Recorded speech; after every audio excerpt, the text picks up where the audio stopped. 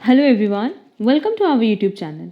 आज हम लोग डिस्कशन करने वाले हैं additional question bank related to regression. अब को रिलेशन की बात करें तो उस पर तो हमने ऑलरेडी डिस्कशन कर लिया था। अब इस एडिशनल क्वेश्चन बैंक में ना अगर आप सीए फाउंडेशन के मटेरियल देखोगे तो रिग्रेशन प्लस को रिलेशन दोनों के क्वेश्चन मिला करके दिए हुए हैं। तो इसीलिए क्योंकि कई बार क्या होता है ना कि अगर हम लोग पूरा एडिशनल क्वेश्चन बैंक अपलोड कर देते हैं तो स्टूडेंट्स को इसमें डाउट रह जाता है कि कौन से क्वेश्चन कोरिलेशन से रिलेटेड है और कौन से रिग्रेशन से। इसीलिए जो क्वेश्चन कोरिलेशन से रिलेटेड थे वो हमने कोरिलेशन के एडिशनल क्वेश्चन बैंक में कराए हैं, और जो रिग्रेशन से रिलेटेड हैं वो हम रिग्रेशन के एडिशनल क्वेश्चन बैंक में डिस्कस करने वाले हैं। तो जो क्वेश्चन नंबर हम सिर्फ डिस्कस करेंगे वही रिग्रेशन चैप्टर से रिलेटेड है, और अगर आपको बाकी क्वेश्चंस में डाउट है तो वो आप ज़रूर से कोरिलेशन के एडिशनल क्वेश्चन बैंक से कवर कर लेना। तो चलो फिर जल्दी से अपना आज का सेशन स्टार्ट करते हैं, जिसमें सबसे पहला क्वेश्चन है question number 2, dash gives the mathematical relationship of the variables. अब अगर हम लोग बात करेंगे रिग्रेशन की तो रिग्रेशन मैथमेटिकल रिलेशन बताता है, एंड को रिलेशन बेसिकली क्या करता था कि ये बताता था कि किस एक्सटेंट तक दो वेरिएबल रिलेटेड है, आइदर पॉजिटिव और नेगेटिव, है ना। तो करेक्ट आंसर क्या होगा? B, regression. अब इसके बाद डायरेक्टली क्वेश्चन नंबर 26 है। Next, the lines of regression passes through the points bearing dash number of points on both the sides. अब दोनों साइड ना कितने नंबर ऑफ पॉइंट्स होने चाहिए? मिनिमम नंबर ऑफ पॉइंट्स, मतलब जितने कम हो सके उतना बेस्ट है। क्लियर? ऑप्शन देखते हैं, इक्वल, अनइक्वल, जीरो, नन। अब मिनिमम कहीं ऑप्शन नहीं दिया तो करेक्ट आंसर होगा d, none. Under algebraic method we get dash linear equation. अब एल्जेब्रिक मेथड में जनरली हम लोग के पास क्या होता है, दो इक्वेशन दिया होता है और दोनों में एक्स वाई दिया होता है। अब रिग्रेशन इक्वेशन के लिए तो हम लोग यही करते हैं ना, एक एक्स वन वाई रखते हैं और एक वाई वन एक्स रखते हैं। बट जो लीनियर इक्वेशन दिए रहते हैं वो कितने दिए रहते हैं? 2। तो करेक्ट आंसर होगा b, 2। Next, in linear equation y is equal to a plus b x and x is equal to a plus b y. A basically क्या है? ए हमेशा याद रखना ये ओरिजिन है, और ओरिजिन को हम लोग इंटरसेप्ट भी बोलते हैं, और बी क्या है? ये स्लोप है जिसको हम लोग स्केल भी बोलते हैं। क्लियर? तो ए किसको डिनोट करा है? इंटरसेप्ट ऑफ द लाइन को। एंड सेकेंड क्वेश्चन में हमसे पूछा है बी किसको डिनोट करा है? But obvious slope of the line को। Clear? Next, the regression equation y is equal to a plus b x and x is equal to a plus b y are based on the method of. अब देखो ये किस method पे based है, ये हमने discuss भी किया था, लीस्ट स्क्वायर पे। एंड लीस्ट स्क्वायर की हेल्प से, मेथड ऑफ लीस्ट स्क्वायर की हेल्प से आप लोग ये दोनों ही इक्वेशन ईजिली फाइंड आउट कर सकते हो। The line y is equal to a plus b x, ये क्या रिप्रेजेंट करता है? ये रिप्रेजेंट करता है y ऑन x को। क्यों? क्योंकि यहाँ पे y डिपेंडेंट है। And the line x is equal to a plus b y, ये क्या रिप्रेजेंट करती है? x ऑन y, क्योंकि यहाँ पे x डिपेंडेंट है। तो करेक्ट आंसर होगा b, x on y। Next, two regression lines always intersect at the means. Yes, ये प्रॉपर्टी हमने डिस्कस भी की थी कि अगर दोनों रिग्रेशन लाइन कहीं मीट करेगी तो उसको हम कहेंगे कि वो उनके मीन पे इंटरसेक्ट करेगी। तो करेक्ट आंसर होगा A, true. R, b x, b y, क्या इनका सेम साइन होगा? यस, तीनों का साइन हमेशा क्या होगा? सेम। और ये भी हमने प्रॉपर्टी के टाइम डिस्कस किया था। देखो, इसलिए हमने बताया कि अगर आपने हमारा डिस्कशन सेशन क्लास कवर किया है जिसमें हमने रिग्रेशन चैप्टर पूरा डिटेल में डिस्कस किया है, तो आपको किसी भी एमसीक्यूज में कोई प्रॉब्लम होगी नहीं। The regression coefficients are zero. अगर आर क्या होगा? अब कह रहा है कि b x y and b y x कब जीरो होगा? सिंपली ये दोनों तब जीरो होगा जब आर की वैल्यू क्या हो? जीरो हो। करेक्ट आंसर होगा d, zero. B x y और बी वाई एक्स कैसे रिलेटेड है? बेसिकली यहाँ पे ज्योमेट्रिक मीन का फॉर्मूला अप्लाई होता है, तो अगर ये जीरो है तो ये दोनों भी जीरो होगा। ठीक है। नेक्स्ट, अच्छा, एक टॉपिक अभी रिग्रेशन में हमें अपलोड करना है जहाँ पे हमें ये बताना है कि रिग्रेशन और कोरिलेशन का क्या रिलेशन है प्लस क्या डिफरेंसेस है। वो टॉपिक अभी मेरा ड्यू है और उसी पे बेस्ड ये दोनों क्वेश्चन है, क्वेश्चन नंबर 36, 37। फिर भी क्वेश्चन में यहाँ डिस्कस कर ले रहे हैं। The regression lines are identical. देखो, रिग्रेशन लाइन मतलब b x y and b y x identical तब होगी ना जब हमारा r का वैल्यू +1 या -1 हो। दैट इज करेक्ट आंसर होगा C. And the regression lines are perpendicular to each other. ये परपेंडिकुलर कब होगी? जब r की वैल्यू क्या हो? 0। तो करेक्ट आंसर होगा A, 0। Next, the sum of the deviation at the y's और the x from the regression lines are 0। तो ये स्टेटमेंट क्या है? ट्रू है, फॉल्स है, बोथ और नन। बट ऑब्वियस हम कह रहे हैं कि जो डेविएशन है, तो डेविएशन आप किससे निकालोगे? मीन से ही निकालोगे। तो अगर हम x का डेविएशन मीन से निकालें, अगर हम x का डेविएशन x के मीन से निकालें और इसका सम कर दें, या y का डेविएशन y के मीन से निकालें और इसका सम कर दें, तो बट ऑफ इस वैल्यू क्या आएगी? 0। क्यों? क्योंकि हमने मीन में बात बताई भी थी कि सम ऑफ डेविएशन फ्रॉम मीन, अगर आप मीन से डिफरेंस निकाल रहे हो और उसका सम कर रहे हो तो उसकी वैल्यू हमेशा 0 आएगी। तो करेक्ट आंसर होगा A, true. Next, the coefficient of determination, ये हमने बताया कि अगर डिटर्मिनेशन की बात करें तो ये एक्सप्लेन वेरिएंस को शो करता है, और यहीं पे नॉन डिटर्मिनेशन पूछता तो अनएक्सप्लेन वेरिएंस को शो करता वो। क्लियर? तो ऑप्शन देख लेते हैं, R square is equal to 1 minus unexplained variance 2 divided by total variance. R square is equal to explained variance divided by total variance, both none. अब सबसे पहले समझो ये आर स्क्वायर क्यों लिखा है, क्योंकि कोएफिशिएंट ऑफ कोरिलेशन को हम लोग डिनोट करते हैं आर से, और कोएफिशिएंट ऑफ डिटर्मिनेशन को डिनोट करते हैं आर स्क्वायर से। ठीक है, तो आर स्क्वायर दो तरीके से कैलकुलेट कर सकते हैं। एक तो explain variance divided by total variance, ये हमने फॉर्मूला बताया था।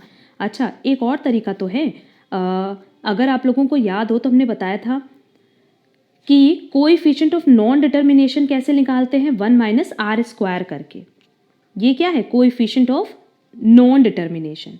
और हम कह सकते हैं 1 minus k square is equal to R square, कि कोएफिशिएंट ऑफ डिटर्मिनेशन को निकालने के लिए हम 1 में से अगर coefficient of non determination minus कर दें तो भी तुम्हारा आंसर आ जाएगा। और कोएफिशिएंट ऑफ नॉन डिटर्मिनेशन क्या था? Unexplained variance divided by total variance. देखो यहाँ पे वही चीज़ लिखा है, 1 माइनस के स्क्वायर लिखा है, तो ये भी, इससे भी तो आर स्क्वायर आ सकता है। तो इसीलिए करेक्ट आंसर होगा सी, बोथ। और इसीलिए coefficient of determination, coefficient of non determination पे हमने अलग से क्लास अपलोड की हुई है। Next, if the line this is the regression equation of y on x, then b y x is, बहुत सिंपल है, ये y ऑन x है। नो डाउट 13 से कोई मतलब नहीं है, क्यों? क्योंकि वो ओरिजिन है। वैल्यू क्या बची? y is equal to -3 divided by 2x। अब y on x, b y x किसको डिनोट करा? -3/2, तो करेक्ट आंसर होगा D. Next, in the line this is the regression equation x on y। अब ये x ऑन y है तो B y x क्या होगा? तो y is equal to 19 minus 5/2x है, और हम कह सकते हैं कि 2y plus 2y minus 19 is equal to -5x। और कैसे लिख सकते हैं? -2/5y plus 19/5 is equal to x। अब क्योंकि ओरिजिन से मतलब नहीं है, ये वैल्यू किसको डिनोट करेगी? x is equal to -2/5y, ये किसको डिनोट कर रही है? bxy को। तो करेक्ट आंसर होगा डी, -2/5। नेक्स्ट, देख लो, अगर कॉन्सेप्ट क्लियर होगा तो बहुत ही ईजिली आप लोग क्वेश्चन सॉल्व कर सकते हो। The line x is equal to this is the regression equation of y on x on y, both we cannot say. The line dash is the regression equation, तो ये line किसकी है? x on y की। क्यों? क्योंकि यहाँ पे x dependent है y पे, तो करेक्ट आंसर होगा B. Next, in the regression equation x on y, ये regression equation x on y है, bxy क्या हो जाएगा? सिंपली यहाँ पे दिख रहा है हमें -2/5, तो करेक्ट आंसर होगा A. Next, the square of coefficient of correlation r, इसको हम क्या कहते हैं? Coefficient of determination. सब पे हमने ऑलरेडी डिस्कशन किया हुआ है। Next, a relationship r square, देखो कोएफिशिएंट ऑफ डिटर्मिनेशन दिया है दिस, तो 1 minus 500 divided by 300।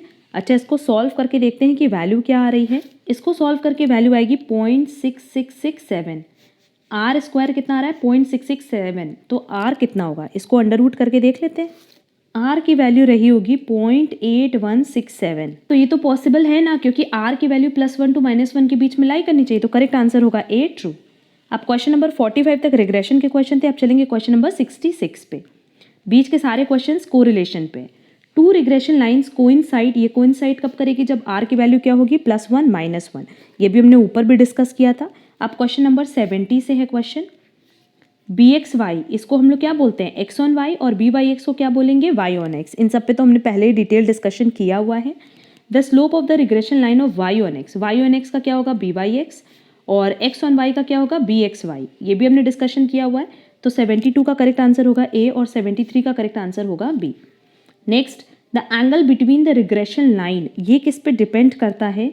Correlation coefficient, regression coefficient. But obvious regression line के बीच का क्या एंगल होगा, मतलब वो कोइंसाइड करेगा कि परपेंडिकुलर होगा, ये आर पे डिपेंड होता है, तो करेक्ट आंसर होगा A, correlation coefficient. Next, if x and y satisfy the relationship this, तो वैल्यू ऑफ आर। अब यहाँ पे देखो y is equal to 7x है, क्योंकि ये प्लस है तो नो डाउट r की वैल्यू भी क्या होगी? प्लस ही होगी, और इसीलिए करेक्ट आंसर होगा सी, +1। ठीक है, अगर माइनस होता तो -1 हो जाता। B y x and b x y अगर नेगेटिव है तो आर भी बट ऑब्वियस क्या होगा, नेगेटिव, क्योंकि तीनों का साइन हमेशा सेम होता है। Next, correlation coefficient r lie between the regression coefficient b y x and b x y. हाँ, ये इनके बीच में लाई करता है। करेक्ट आंसर होगा ए, ट्रू।